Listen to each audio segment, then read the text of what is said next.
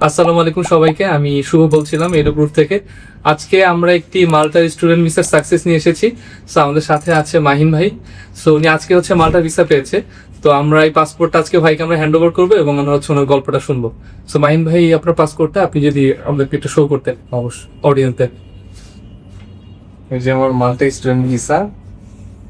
ওকে, so Mahin ভাই learn কিতে level 5 এ tourism subject এবার ভিসা পেয়েছে। সো আমরা ওনার গল্পটা আর কি শুনবো যে আসলে উনি কিন্তু ফার্স্ট অস্ট্রেলিয়ার জন্য ট্রাই করেছিল, তা ওইখান থেকে মাল্টা থেকে শিফট হলো, এই জার্নিটা যদি একটু বলতেন। যে অবশ্যই আমি প্রথমে অস্ট্রেলিয়া চুজ করছিলাম, তারপর মাঝখান দিয়ে অনেকেই জানে যে অস্ট্রেলিয়া রিজেক্ট করতেছে অনেক ভিসা। সো আমি খুবই ডিপ্রেস ছিলাম। সো ওই মোমেন্টে আমাকে শুভ ভাই, নিশাত আপু এবং সুজি আপু রেকমেন্ডেশন করলো যে মাল্টা চুজ করতে, কারণ এটা অনেক ভালো একটা কান্ট্রি, ইউরোপের সাথে যুক্ত। তো আমি পাশে গিয়ে প্ল্যান করলাম যে যেহেতু অস্ট্রেলিয়া হয়নি সেহেতু বসে তো লাভ নেই। তো আমি তাদেরকে বললাম যে মাল্টার জন্য কাজ শুরু করতে, এবং তারা মাল্টার জন্য কাজ শুরু করলো। And finally আমি আজকে আমার ভিসাটা বেরোনো হবে। ওকে, সো ক্যারিয়ার কাউন্সিলিং এ এডু গ্রুপের একটা ভালো একটা কন্ট্রিবিউশন ছিল। জি অবশ্যই। এই মোমেন্টটাতে খুবই টাফ থাকে যে আমি অস্ট্রেলিয়ার মতো এরকম একটা কান্ট্রি থেকে দিকে মাল্টাতে আসা।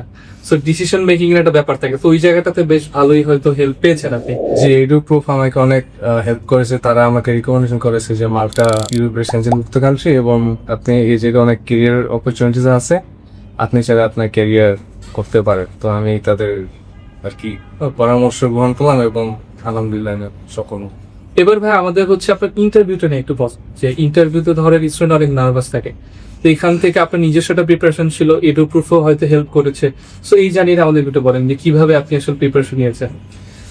তো শুরুতে বলতে চাই, ইন্টারভিউ নিয়ে অনেকে অনেক হেজিটেট থাকে। তো আমি বলবো যে কোনো হেজিটেট নেই, কারণ আমিও প্রথমে হেজিটেট ছিলাম, কিন্তু তারা আগে সব প্রশ্ন গাইড করছিল, এবং আমি যা প্রশ্ন পড়ছিলাম তার 10 ভাগের 5 ভাগ হয়তো বা আসছে, এবং খুবই ইজি ছিল প্রশ্নগুলো।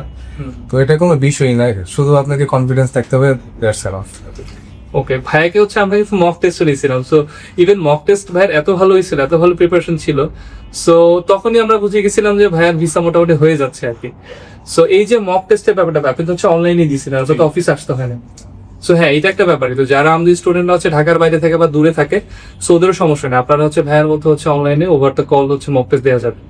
সো এই ব্যাপার। সো আপনারা যদি ভাইয়ের মতো ভিসা পেতে চান, বা মনে হয় যে এডু গ্রুপের সাথে হেল্পটা পেতে চান, বা আমরা আন্তরিকভাবে কাজ করি যতটুকু পারি, সো এডু গ্রুপের যোগাযোগ করুন। সো মাহিন ভাই, আপনি যদি কিছু বলার থাকে বলতে পারেন।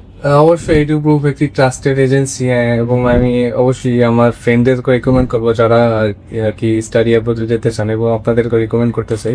তারা খুবই ট্রাস্টওয়ার্থি অ্যান্ড হেল্পফুল। এডু প্রুফের জন্য হয়তো এডু প্রুফ শুধুমাত্র একটা উসিলা, আল্লাহর রহমতে এই উসিলা আমি আমার ভিসা লিয়েছি। Thank you. আসসালামু আলাইকুম।